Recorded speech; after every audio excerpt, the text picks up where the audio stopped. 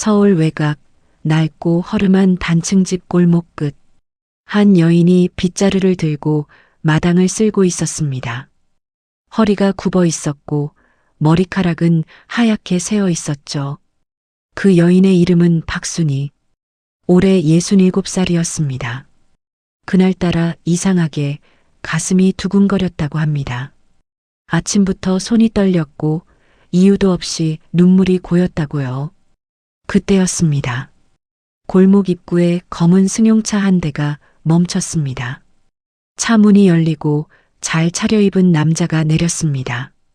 키가 크고 어깨가 넓었으며 짙은 감색 정장을 입고 있었습니다.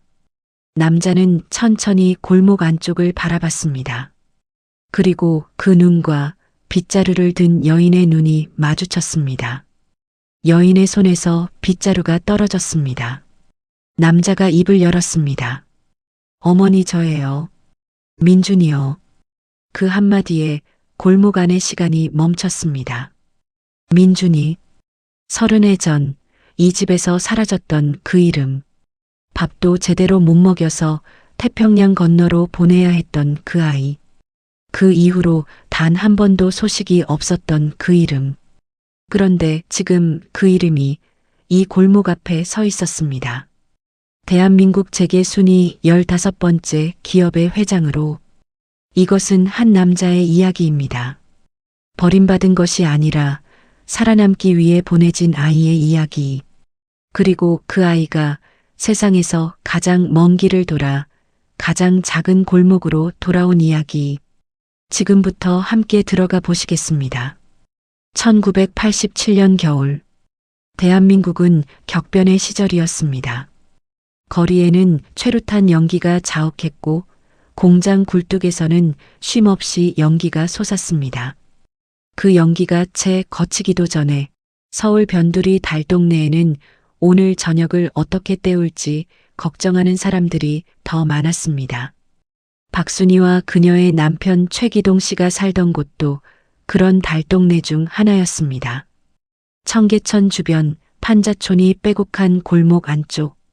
방 한 칸, 부엌 하나짜리 집에서 두 사람은 아들 하나를 키우고 있었습니다. 아이 이름은 최민준. 그의 막 5살이 된 사내아이였죠. 민준이는 병약했습니다. 태어날 때부터 몸이 약해서 감기 한 번 걸리면 몇 주씩 앓았습니다. 병원비는 천문학적이었고 두 부부가 버는 돈으로는 감당이 되지 않았습니다. 기동 씨는 인쇄소 직공으로 일했습니다. 하루 12시간, 일주일에 엿새를 일했지만 쥐어지는 건 한 달에 10만 원 남짓. 거기서 방값 내고 쌀값 내고 연탄값 내고 나면 병원비는커녕 반찬값도 남지 않았습니다. 순희 씨는 새벽부터 나가서 시장 좌판을 도왔습니다. 생선 썰고 야채 손질하고 손이 퉁퉁 붓도록 일해도 하루 5,000원이었습니다. 그런 집에 그의 가을 또 하나의 무게가 얹혔습니다. 순희 씨의 뱃속에 둘째가 들어선 것입니다. 기동 씨는 그 소식을 듣고 한참 동안 말이 없었다고 합니다. 기쁜 것도 슬픈 것도 아닌 표정으로 그냥 천장만 바라보았다고요. 그 무렵 인쇄소에서 사고가 났습니다. 기동 씨가 기계에 손가락 2개를 잃은 겁니다. 산재 처리도 제대로 되지 않았고 인쇄소 주인은 퇴직금 명목으로 얼마를 쥐어주며 내보냈습니다. 하루아침에 일자리도 손가락도 잃은 남자. 배가 점점 불러오는 아내. 겨우내 기침을 달고 사는 5살 아들. 그 겨울은 참으로 길고 잔인했습니다. 그때 이웃집 여자가 찾아왔습니다. 그 여자는 모 복지기관에서 일하는 사람이었는데 조심스럽게 말을 꺼냈습니다. 민준이 말이에요. 미국에 좋은 가정이 있대요. 잘 사는 집인데 아이를 무척 원한다고.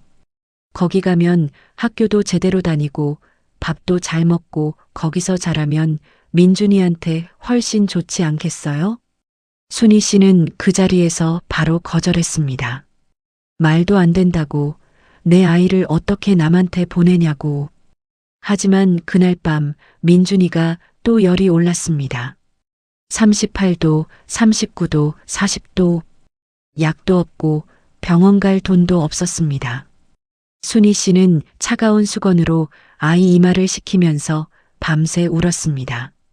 기동 씨는 손가락 붕대를 감은 채 마당 쪽을 바라보며 담배만 피웠습니다. 그리고 새벽 4시 기동 씨가 아내에게 낮게 말했습니다. 민준이 보내자. 순희 씨는 대답하지 않았습니다. 대답 대신 아이를 더 꼭 껴안았습니다. 그 품 안에서 민준이는 열에 지쳐 잠들어 있었습니다. 그 결정이 내려지기까지 보름이 걸렸습니다. 두 사람은 거의 말을 하지 않았습니다. 눈도 잘 마주치지 않았습니다.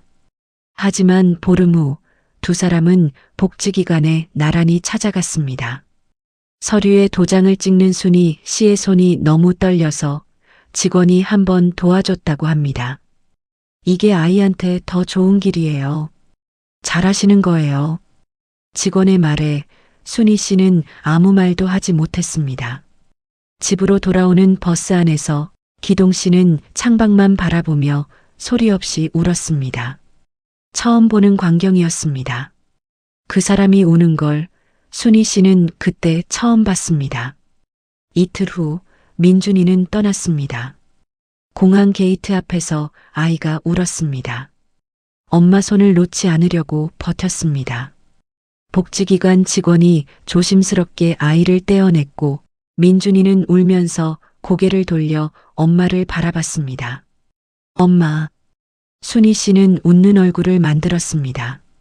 손을 흔들었습니다. 게이트가 닫혔습니다. 그리고 순희 씨는 그 자리에 무릎을 꿇었습니다. 공항 바닥에 주저앉아 이름도 소리도 없이 흐느꼈습니다.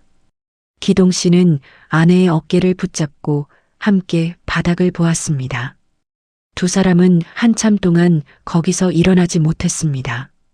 미국 미네소타주 세인트폴 외곽의 작은 마을. 그곳에서 민준이는 새로운 이름을 받았습니다. 제임스 오웬 켈리. 양부모는 제임스 켈리 시니어와 캐롤 켈리 부부였습니다. 제임스는 지역 고등학교 수학교사였고 캐롤은 간호사였습니다. 두 사람은 불임으로 아이를 가질 수 없어서 입양을 결정한 부부였습니다. 마음 따뜻한 사람들이었습니다. 아이를 진심으로 원했고 진심으로 사랑하려 했습니다. 하지만 5살 민준이에게, 아니, 이제는 제임스가 된 그 아이에게 이 모든 것은 너무나 낯설고 무서운 것들이었습니다. 언어를 알아들을 수 없었습니다. 음식 냄새가 달랐습니다. 집안의 소리가 달랐습니다. 그리고 거울 속 자신의 얼굴은 이 마을 어느 아이와도 달랐습니다. 첫 몇 달간 제임스는 거의 말을 하지 않았습니다. 밥을 먹어도 맛을 느끼지 못하는 것 같았고 장난감을 줘도 그냥 멍하니 바라보기만 했습니다. 캐롤은 밤마다 아이 방 앞에서 서성였습니다. 문틈으로 작은 흐느끼는 소리가 들릴 때면 문을 열고 들어가 아이 곁에 앉아 등을 토닥였습니다. 아이는 그 손길을 뿌리치지 않았습니다. 하지만 그렇다고 기대지도 않았습니다. 그냥 울다가 지쳐서 잠들었습니다. 학교에 들어가면서 상황은 더 복잡해졌습니다. 동양인 아이는 그 학교에 제임스밖에 없었습니다. 아이들은 호기심 어린 눈으로 바라봤고 어떤 아이들은 눈을 찢는 신용을 하며 웃었습니다. 제임스는 그럴 때마다 아무 말도 하지 않았습니다. 그냥 고개를 숙이고 자기 자리로 돌아갔습니다. 아버지 제임스 시니어가 그걸 알아챈 것은 입학 2달째였습니다. 학교에서 돌아온 아이의 얼굴이 너무 어두웠거든요. 제임스, 학교에서 무슨 일 있었어? 아이는 고개를 저었습니다. 아버지는 아이 옆에 앉아서 오래 침묵을 지켰습니다. 그러다가 이렇게 말했습니다. 나한테 한국어로 말해도 돼. 이해 못해도 괜찮아. 그냥 말하고 싶으면 말해. 제임스는 그 말을 듣고 한참 있다가 갑자기 울음을 터뜨리며 아버지한테 안겼습니다. 그 품 안에서 아이는 한국말로 중얼거렸습니다. 엄마, 엄마, 엄마. 그것이 그 아이가 처음으로 안긴 순간이었습니다. 그 뒤로 두 부자는 특별한 시간을 가지기 시작했습니다. 저녁을 먹고 나면 마당에 나가 앉아 아버지는 영어로, 아이는 한국어로 이야기를 나눴습니다. 서로의 말을 완전히 알아듣지 못해도 괜찮았습니다. 그냥 말하는 것, 그것으로 충분했습니다. 그 대화 속에서 제임스는 조금씩 영어를 익혔고 아버지는 조금씩 한국어를 배워갔습니다. 반년이 지나자 제임스는 어느 정도 의사소통이 가능해졌습니다. 1년이 지나자 학교 성적이 조금씩 오르기 시작했습니다. 2년이 지나자 친구가 한 명 생겼습니다. 타일러라는 아이였는데 체구가 크고 목소리가 컸지만 마음씨는 누구보다 좋았습니다. 타일러는 제임스의 눈을 찢는 신용을 하는 아이들 앞에 서서 이렇게 말했습니다. 야, 그거 그만해. 다시 하면 나한테 맞는다. 그날부터 그런 일은 없어졌습니다. 그리고 타일러와 제임스는 평생 친구가 되었습니다. 하지만 그 모든 적응과 성장의 시간 속에서도 제임스의 마음 한구석에는 언제나 그 공항 게이트가 있었습니다. 엄마가 웃으며 손을 흔들던 그 장면, 그리고 자신이 돌아보며 불렀던 그 한마디, 엄마. 그 장면은 꿈에서도 나왔고 혼자 있는 시간에도 떠올랐습니다. 제임스는 그 기억을 억누르는 법을 배웠지만 사라지게 하는 법은 끝내 배우지 못했습니다. 중학생이 된 제임스는 수학에 천재적인 재능을 보였습니다. 수학교사인 아버지의 DNA를 닮은 것인지 아니면 낯선 세상에서 숫자만이 유일하게 흔들리지 않는 언어였던 것인지 어쨌든 제임스는 수학을 잘했습니다. 학교 대회에서 상을 탔고 주 대회에서도 입상했습니다. 선생님들이 그를 주목하기 시작했습니다. 하지만 그것이 전부가 아니었습니다. 제임스는 수학만큼이나 사업에 대한 감각도 있었습니다. 14살 때 그는 처음으로 돈을 벌었습니다. 동네 주민들의 잔디를 깎아주는 일로 시작했는데 2달 만에 혼자서 감당이 안 될 정도로 의뢰가 들어왔습니다.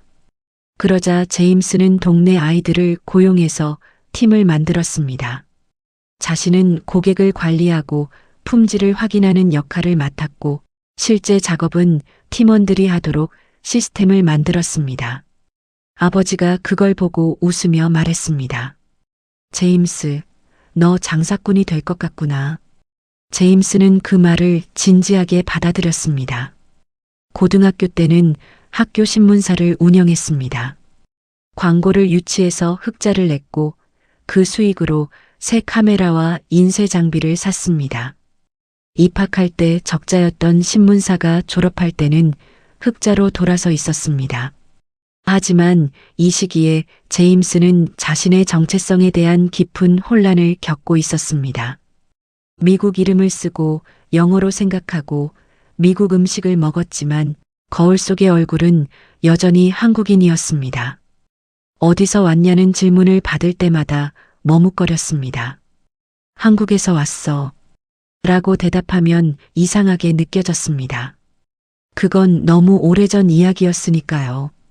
하지만 미국 사람이야. 라고 대답하는 것도 어딘가 거짓말 같았습니다. 제임스는 그 물음에 답을 내리지 못한 채 그냥 묻어두기로 했습니다. 그 시기 제임스는 한국에 대한 모든 것을 의도적으로 멀리했습니다. 한국어로 된 것은 읽지 않았고 한국 음식도 일부러 먹지 않았습니다. 한인 커뮤니티 행사에도 나가지 않았습니다. 뿌리를 자르면 덜 아플 것 같았습니다. 뿌리를 묻어두면 없었던 것이 될 것 같았습니다. 물론 그렇게 되지는 않았지만요. 그 시절 제임스에게 가장 큰 위기가 찾아온 것은 17살 때였습니다. 아버지 제임스 시니어가 심장마비로 쓰러졌습니다. 갑작스럽고 위급한 상황이었습니다. 수술은 성공했지만 회복이 길었고 한동안 일을 할 수 없었습니다. 집안 사정이 급격히 나빠졌습니다. 캐롤이 야간 근무까지 자청해가며 버텼지만 역부족이었습니다. 제임스는 그때 처음으로 어린 시절의 그 가난을 떠올렸습니다. 인쇄소에서 손가락을 잃은 아버지, 시장에서 생선을 손질하던 어머니, 그리고 그 추운 겨울밤 열이 나도 약 하나 먹지 못했던 자신. 그것은 기억이기도 했지만 경고이기도 했습니다. 가난이 사람을 어디까지 몰아붙이는지 그는 이미 알고 있었습니다. 그 끝이 어디인지도. 제임스는 그날부터 아르바이트를 3개씩 뛰었습니다. 아침에는 편의점, 방과 후에는 식당, 주말에는 이삿짐 센터. 잠을 줄이고 쉬는 시간을 줄이고 대신 돈을 모았습니다. 그 돈이 어느 정도 쌓였을 때 제임스는 처음으로 주식에 투자했습니다. 작은 금액이었지만 그 결과는 놀라웠습니다. 석 달 만에 2배가 됐습니다. 그때 제임스는 깨달았습니다. 돈을 버는 것에 자신이 재능이 있다는 것을. 그 확신이 그의 방향을 정했습니다. 대학은 경영학으로 갈 것이다. 그리고 반드시 이 가난이라는 망령으로부터 자유로운 사람이 될 것이다. 시카고 대학교 경영학과. 제임스는 장학금을 받아 입학했습니다. 처음 학교에 도착했을 때 제임스는 캠퍼스를 한 바퀴 걸었습니다. 빨간 벽돌 건물들, 넓은 잔디밭, 오래된 나무들. 그 풍경 앞에서 그는 조용히 다짐했습니다. 여기서 시작한다. 대학 생활은 도전의 연속이었습니다. 다른 학생들은 집안에서 지원을 받았지만 제임스는 혼자였습니다. 학비는 장학금으로, 생활비는 아르바이트로. 그러면서도 성적은 놓지 않았습니다. 2학년 때 제임스는 처음으로 소규모 투자 모임을 만들었습니다. 학교 친구 5명과 함께 각자 $1,000씩 모아 투자했습니다. 제임스가 분석을 맡았고 결과는 좋았습니다. 1년 만에 원금의 2배 반이 됐습니다. 소문이 퍼졌습니다. 투자 모임에 들어오고 싶다는 사람이 늘었습니다. 제임스는 신중하게 인원을 늘려가며 모임을 키웠습니다. 하지만 3학년 가을, 위기가 왔습니다. 그가 크게 베팅했던 기업이 하루아침에 악재를 맞았습니다. 주가가 며칠 만에 반토막이 났고 모임 구성원들의 돈을 상당 부분 잃었습니다. 가장 가까운 친구 타일러도 거기 있었습니다. 타일러는 저축한 돈을 전부 맡겼던 터였죠. 제임스는 타일러에게 찾아갔습니다. 미안해. 다 내 책임이야. 반드시 갚을게.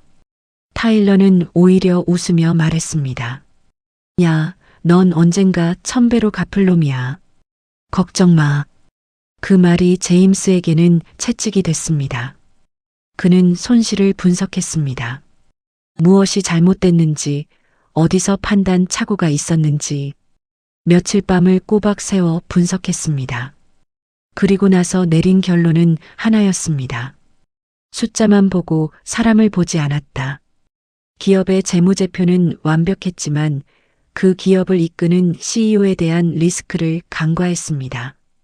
그 CEO가 내부 고발로 갑작스럽게 물러나면서 주가가 폭락했던 겁니다. 제임스는 그 교훈을 깊이 새겼습니다. 이후로 그는 기업을 볼 때 반드시 사람을 먼저 봤습니다. 숫자는 과거를 보여주지만 사람은 미래를 만든다는 것을 알았으니까요. 4학년 때 제임스는 투자 모임을 통해 손실을 대부분 회복했고 졸업할 때쯤에는 오히려 큰 수익을 냈습니다. 타일러에게도 원금의 이익을 더해서 돌려줬습니다. 타일러는 그 돈을 받으면서 말했습니다. 야, 역시 너는 다르다.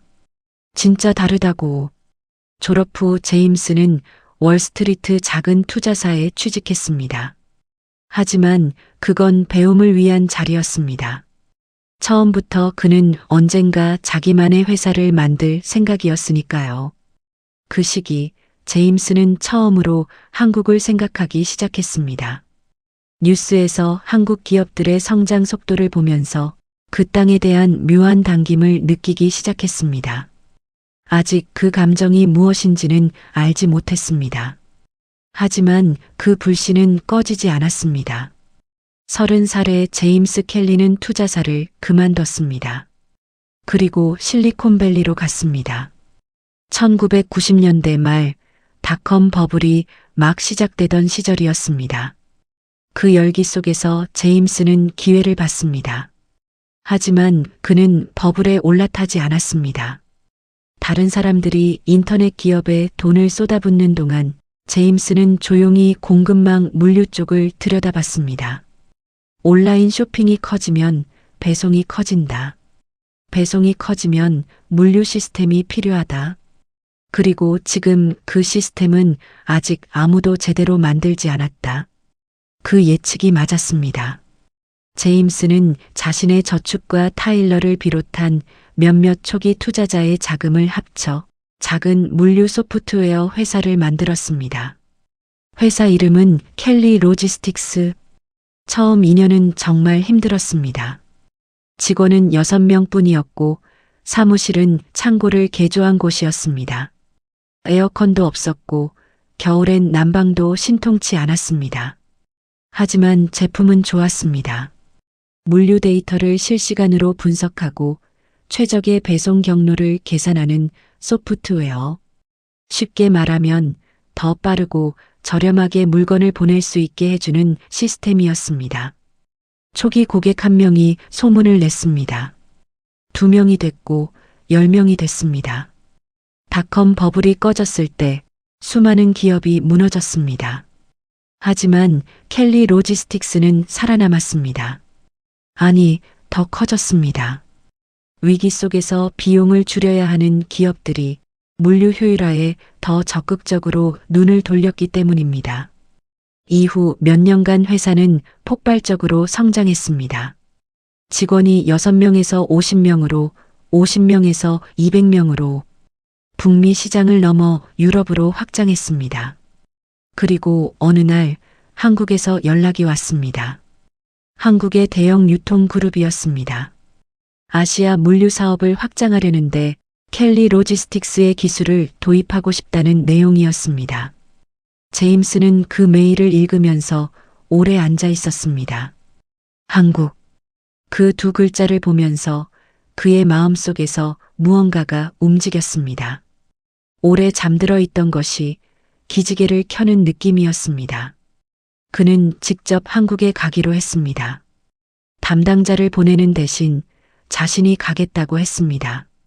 비행기에서 내려 인천공항에 발을 딛는 순간 제임스는 이상한 감각을 느꼈습니다. 낯선데 낯설지 않은, 처음인데 처음 같지 않은, 거리의 한글 간판들, 사람들의 얼굴, 음식 냄새가 어디선가 흘러왔습니다. 제임스는 길을 걷다 멈췄습니다. 설명할 수 없는 감정이 밀려왔습니다. 가슴이 무거워졌습니다. 그는 잠깐 눈을 감았다가 떴습니다. 일을 먼저 하자. 그는 스스로에게 말했습니다. 그리고 호텔로 향했습니다. 미팅은 성공적이었습니다. 계약이 성사됐고 켈리 로지스틱스는 한국 법인을 설립했습니다. 제임스는 그 계기로 한국에 자주 오게 됐습니다. 한국 시장을 이해하면서 사업 범위가 넓어졌습니다. 물류를 넘어 공급망 전반으로, 그리고 제조업 컨설팅까지. 그리고 40살이 됐을 때 제임스의 자산은 어느새 수억 달러에 달해 있었습니다. 사막에서 꽃이 피었습니다. 하지만 그 꽃이 피어날수록 그 사람의 마음속 어딘가에서는 다른 무언가가 자라고 있었습니다. 언젠가 가야 할 곳에 대한 생각, 언젠가 해야 할 일에 대한 감각. 그것이 무엇인지 그는 아직 모른 척하고 있었습니다. 45살.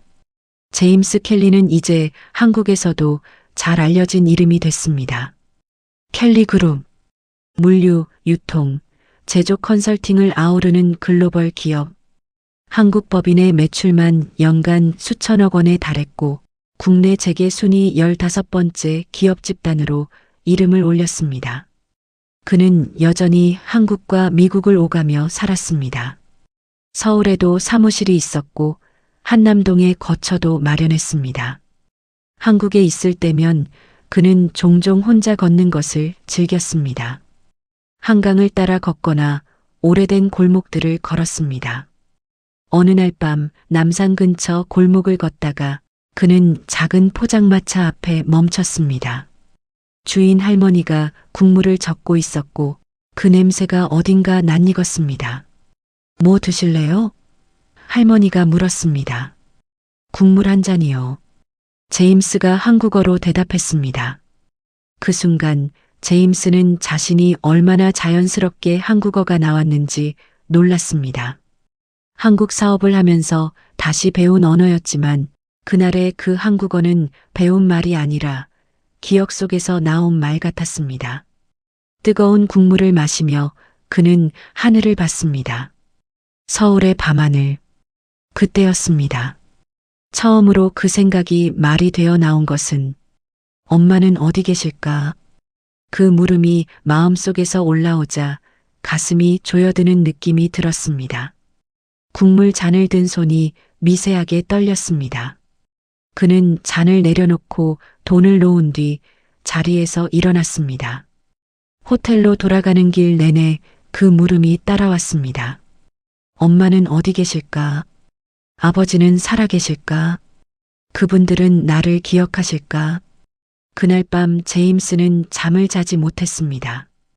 오래전 자신의 입양 서류를 기억해냈습니다. 어린 시절 양부모가 보여준 적 있는 그 서류. 거기에 한국 이름과 주소가 적혀 있었습니다. 최민준, 서울시 종로구. 그 주소가 아직 거기 있을 리 없었습니다. 세상이 얼마나 바뀌었는데. 하지만 이름은 있었습니다. 최기동, 박순희. 제임스는 사무실 직원에게 조용히 부탁했습니다. 이 이름으로 인물을 찾아달라고. 절대로 바깥에 알려지면 안 된다고. 며칠이 걸렸습니다. 그리고 답이 왔습니다. 최기동 씨는 몇 해 전 폐암으로 세상을 떠났고 박순희 씨는 현재 서울 외곽의 작은 집에 혼자 살고 있다고. 제임스는 그 메일을 오래 바라봤습니다. 아버지는 돌아가셨구나. 그 사실이 가슴에 무겁게 내려앉았습니다. 만난 적이 없는, 아니, 기억 속에 희미하게만 남아있는 남자. 그 남자가 이미 없다는 것. 제임스는 눈을 감았습니다. 하지만 어머니는 살아계셨습니다. 박순희, 67살. 서울 외곽 작은 집에서 혼자. 그 사실이 이상한 떨림을 줬습니다. 아직 늦지 않았다. 제임스는 서두르지 않았습니다. 찾아냈다고 해서 바로 달려가지 않았습니다. 오히려 한동안 그 자리에서 멈춰 있었습니다. 그것은 두려움이었습니다. 30해가 지났습니다. 그 사이에 너무 많은 것이 바뀌었습니다. 그분들이 자신을 어떻게 기억할지, 아니 기억하기는 할지, 찾아갔을 때 반겨줄지, 아니면 너무 오래 비워둔 자리를 원망할지, 아니 그것보다 더 근본적인 것이 있었습니다. 제임스는 스스로에게 물었습니다. 내가 가는 것이 그분들에게 좋은 것일까? 아니면 오래 잠든 상처를 다시 건드리는 것일까? 답이 쉽게 나오지 않았습니다. 그는 타일러에게 전화했습니다. 오래된 친구에게 처음으로 이 이야기를 꺼냈습니다. 어린 시절부터 알고 있었지만 이 부분은 한 번도 이야기한 적이 없었습니다. 타일러는 오래 듣고 나서 말했습니다. 제임스, 넌 지금 뭘 그렇게 생각하는 거야? 가. 그냥 가. 내 어머니는 살아계셔. 그리고 넌 살아있어. 그게 전부잖아. 하지만 30년이 지났어. 그러니까 더 빨리 가야지. 제임스는 전화를 끊고 한참 앉아 있었습니다. 그리고 어느 날 새벽 결심이 섰습니다. 그는 이 일을 회사 차원으로 하지 않기로 했습니다. 경호원도 수행원도 없이 그냥 혼자 한 남자로 가기로 했습니다. 가기 전에 그는 한 가지를 더 준비했습니다. 어머니가 살고 있는 그 집, 낡고 작은 집이라는 것을 조사 결과에서 알았습니다. 지붕이 낡았고 창문틀이 썩어가고 있었습니다. 겨울엔 바람이 새고 여름엔 비가 샌다는 말도 있었습니다. 제임스는 조용히 부동산 중개업자를 통해 그 집 주변에 작은 집 2채를 매입했습니다. 어머니 이름으로. 그리고 그 집들을 조용히 수리했습니다. 리모델링을 거쳐 깨끗하고 따뜻한 공간이 되도록. 준비가 됐을 때 그는 서울로 출발했습니다. 서울 외곽으로 향하는 차 안에서 제임스는 창밖을 바라봤습니다. 가을이었습니다. 나무들이 붉고 노랗게 물들어 있었습니다. 그는 어린 시절 공항 게이트 앞에서 돌아보던 자신을 떠올렸습니다. 엄마 하고 불렀던 그 목소리가 이제 30해가 지나 어른이 됐습니다. 차가 골목 입구에 멈췄습니다. 제임스는 한동안 차에서 내리지 않았습니다. 심호흡을 몇 번 했습니다. 그리고 문을 열었습니다. 골목은 조용했습니다. 낡은 담벼락들, 좁은 길, 어디선가 나물 볶는 냄새가 났습니다. 그 냄새에서 제임스는 갑자기 어떤 기억이 떠올랐습니다. 아주 오래된 그러나 선명한 어머니가 저녁을 준비하던 냄새. 그것이었습니다. 그의 눈이 촉촉해졌습니다. 그는 골목 안으로 천천히 걸어갔습니다. 박순희 씨는 그날 아침부터 이상했습니다. 마당을 쓸다가 빗자루를 멈추고 하늘을 봤습니다. 날씨도 맑고 바람도 없었습니다. 그런데 왜인지 가슴이 두근거렸습니다. 혼자 산 지 오래됐습니다. 둘째 딸이 가끔 들르고 이웃 할머니와 가끔 이야기를 나눴지만 집은 대부분 조용했습니다. 남편 기동 씨가 떠난 뒤로는 더욱 그랬습니다. 기동 씨는 마지막까지 민준이 이야기를 했습니다. 병상에서 숨이 거칠어지는 와중에도 민준이는 잘 살고 있을까? 순희 씨는 그때 대답하지 못했습니다. 그냥 남편의 손을 잡았습니다.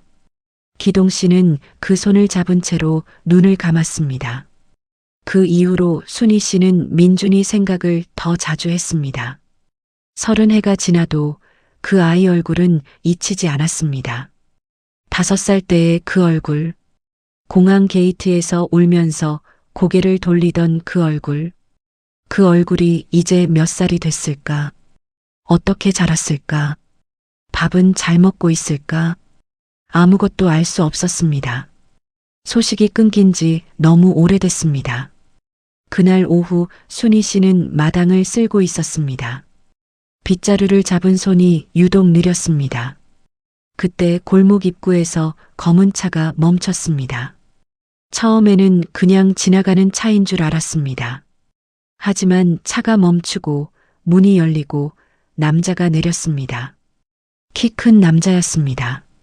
잘 차려입었고 거동이 반듯했습니다. 골목에 어울리지 않는 사람이었습니다. 순희 씨는 그 남자가 주소를 잘못 찾아온 것이라고 생각했습니다. 그래서 다시 빗자루를 잡으려고 고개를 숙였습니다. 그 순간 남자와 눈이 마주쳤습니다. 순희 씨는 그 눈을 봤습니다. 그 눈을 가슴이 멈추는 것 같았습니다. 그 눈매, 그 이마의 선, 그 코의 모양, 잊은 적이 없었습니다. 잊을 수가 없었습니다. 아무리 세월이 지나도 그 얼굴은 순희 씨의 가슴 속에 새겨져 있었습니다. 빗자루가 바닥에 떨어졌습니다. 남자가 천천히 골목 안으로 걸어왔습니다. 한 걸음 한 걸음. 그리고 순희 씨 앞에 멈췄습니다. 남자의 눈이 촉촉해져 있었습니다. 그 큰 남자가, 그 재벌 회장이 지금 눈물을 참고 있었습니다. 어머니 저예요. 민준이요. 순희 씨는 그 말을 들었습니다. 그 두 글자를 민준이, 그 이름이 공기 속에 퍼지는 순간 순희 씨의 다리가 풀렸습니다. 남자가 앞으로 나와 어머니를 받쳤습니다.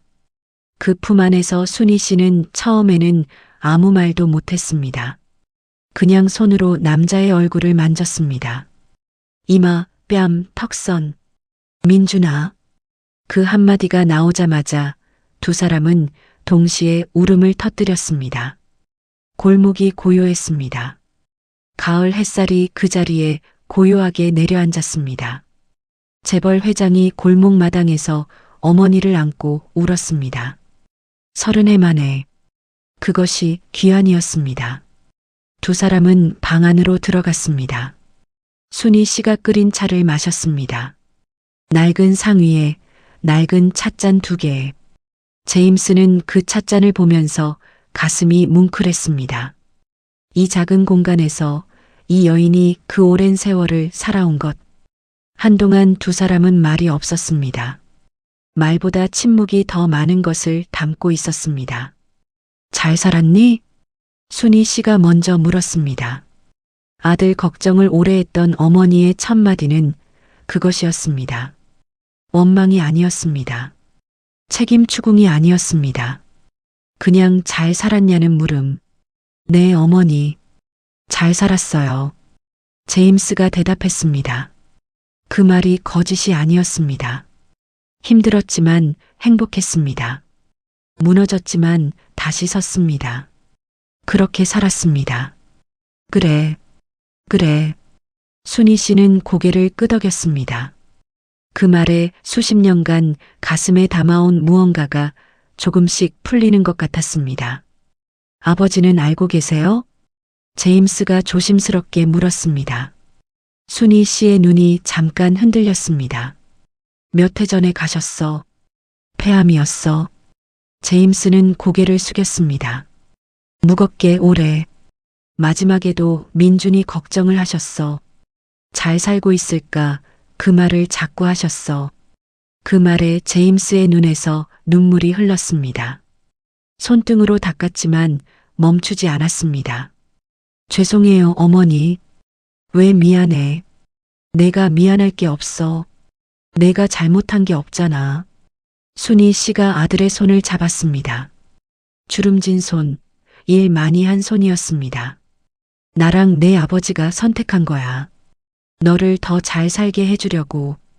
그게 맞는 선택이었는지는 모르겠어. 지금도 몰라. 하지만 너를 미워해서가 아니었어. 알지? 제임스는 그 손을 꼭 쥐었습니다. 알아요, 어머니. 그 대화가 길었습니다. 오후가 지나 저녁이 됐고 저녁이 지나 밤이 됐습니다. 30해의 이야기를 어떻게 하룻밤에 다 나눌 수 있겠습니까? 하지만 두 사람은 최대한 이야기했습니다. 제임스는 미국에서의 이야기를 했습니다. 처음엔 얼마나 낯설었는지, 얼마나 울었는지, 그러다 어떻게 적응했는지, 어떻게 공부했는지, 어떻게 사업을 시작했고, 어떻게 여기까지 왔는지. 순희 씨는 그 이야기를 들으면서 때로는 울고, 때로는 웃었습니다. 그 양부모가 참 좋은 사람들이었구나. 네, 정말 좋은 분들이에요. 아버지, 어머니라고 부를 수 있는 분들이에요. 그 말을 하면서 제임스는 잠깐 말을 멈췄습니다. 그 사실이 혹시 상처가 되지는 않을까 싶었습니다. 하지만 순희 씨는 그 말에 눈을 감고 고개를 끄덕였습니다. 그래, 그분들이 내 아버지, 어머니야. 당연히 그래야지. 나는 낳아준 사람이고. 그 말에 제임스가 고개를 저었습니다. 아니에요, 어머니. 어머니도 제 어머니예요. 아버지도 제 아버지고요. 어머니가 저를 낳았고, 어머니가 저를 보내면서 울었고, 어머니가 저를 그리워했잖아요. 그것만으로 충분해요. 두 사람이 다시 눈물을 흘렸습니다. 그날 밤 제임스는 그 집에서 잠을 잤습니다. 낡은 이불이었습니다. 하지만 그 어떤 고급 호텔 침대보다 편했습니다. 천장을 보면서 제임스는 생각했습니다. 드디어 왔다. 드디어 돌아왔다. 며칠이 지났습니다. 제임스는 서울 일정을 뒤로 미루고 어머니 곁에 머물렀습니다. 아침을 같이 먹고 시장에 같이 나갔습니다. 어머니가 좋아하는 나물 반찬을 같이 골랐습니다. 이웃들이 신기한 눈으로 봤습니다. 누구냐는 눈빛이었습니다. 순희 씨는 자랑스럽게 말했습니다. 내 아들이에요. 그 한마디가 얼마나 오래 기다린 말이었을까요? 어느 날 저녁 두 사람은 아버지 기동 씨 산소를 찾았습니다. 경기도 외곽 작은 공원묘지였습니다. 제임스는 묘 앞에 무릎을 꿇었습니다. 꽃을 놓고 오랫동안 고개를 숙였습니다. 아버지, 늦었습니다. 너무 늦었어요. 살아계실 때 찾아왔어야 했는데 용서해 주세요. 바람이 불었습니다. 나무들이 흔들렸습니다. 제임스는 눈을 감고 오래 그 자리에 있었습니다. 어머니가 그 옆에 조용히 앉았습니다. 기동 씨, 민준이 왔어. 잘 됐어. 정말 잘 됐어.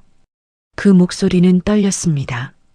하지만 처음으로 그 떨림 속에 슬픔만 있지는 않았습니다. 돌아오는 차 안에서 제임스는 어머니에게 말했습니다. 어머니, 이제 제가 옆에 있을게요. 자주 올게요. 아니, 더 자주 올 방법을 만들게요. 너 바쁜 사람인데. 그렇게까지 안 해도 돼. 바빠도 와야죠. 어머니 곁에 있고 싶어요. 순희 씨는 창밖을 바라보며 말했습니다. 내가 이렇게 크게 됐으니 그것만으로도 난 됐어. 잘 살았으니 됐어. 제임스는 그 말을 들으면서 처음으로 마음속 어딘가의 것이 녹아내리는 느낌을 받았습니다. 그 무거운 것, 30해 동안 가슴 한구석에 묵직하게 있던 것, 그것이 녹았습니다. 제임스는 어머니 손을 잡았습니다. 그냥 잡았습니다. 말없이 그것으로 충분했습니다. 이후 제임스는 약속을 지켰습니다. 한국에 올 때마다 어머니를 찾았습니다. 한 달에 한 번, 혹은 두 번, 때로는 주말을 통째로 그 골목집에서 보냈습니다. 어머니를 위한 별도의 거처를 만들었습니다. 강남의 고급 아파트를 권했지만 어머니는 거절했습니다. 여기가 좋아. 여기서 오래 살았어. 여기서 살다 갈 거야. 제임스는 그 말을 존중했습니다. 대신 그 낡은 집을 고쳤습니다. 지붕을 새로 얹고 창문을 교체하고 보일러를 새 것으로 바꿨습니다. 따뜻하고 편안하게. 어머니가 좋아하는 화분들을 마당에 가득 놓았습니다. 봄에는 꽃이 피었고 여름에는 초록이 가득했습니다. 그 마당에서 두 사람은 종종 차를 마셨습니다. 어머니는 이야기를 했고 제임스는 들었습니다. 아버지 이야기, 어린 시절 이야기, 힘들었던 이야기들. 제임스는 그 이야기들이 자신이 알지 못했던 자신의 역사라는 것을 느꼈습니다. 그 역사를 듣는 것이 지금 이 시간 무엇보다 소중했습니다. 그리고 어머니는 변했습니다. 눈빛이 달라졌습니다. 오래 혼자였던 사람 특유의 그 고독한 눈빛 대신 작은 빛이 담기기 시작했습니다. 이웃 할머니가 그것을 먼저 알아봤습니다. 순희 씨, 요즘 달라 보여요. 얼굴이 밝아졌어요. 순희 씨는 그 말에 빙긋 웃었습니다. 아들이 왔거든요. 어느 봄날이었습니다. 제임스는 어머니와 함께 마당에 앉아 있었습니다.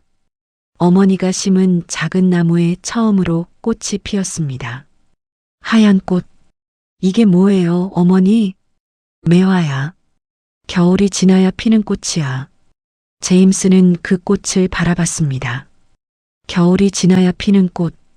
그 말이 가슴속 어딘가에 오래 머물렀습니다. 자신의 삶이 그랬습니다. 긴 겨울이 있었습니다. 낯선 땅의 겨울, 가난의 겨울, 뿌리를 잃은 겨울. 그 겨울들이 지나고 나서야 꽃이 피었습니다. 그리고 그 꽃은 혼자 피지 않았습니다. 지금 이 순간 어머니의 손을 잡고 이 봄 햇살 아래 앉아 있을 수 있기에 더 환하게 피었습니다.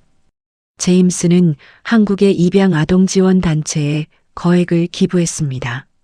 자신의 이름을 내세우지 않았습니다. 조용히 그냥 했습니다. 또한 해외 입양인들의 뿌리찾기 지원 프로그램을 설립했습니다.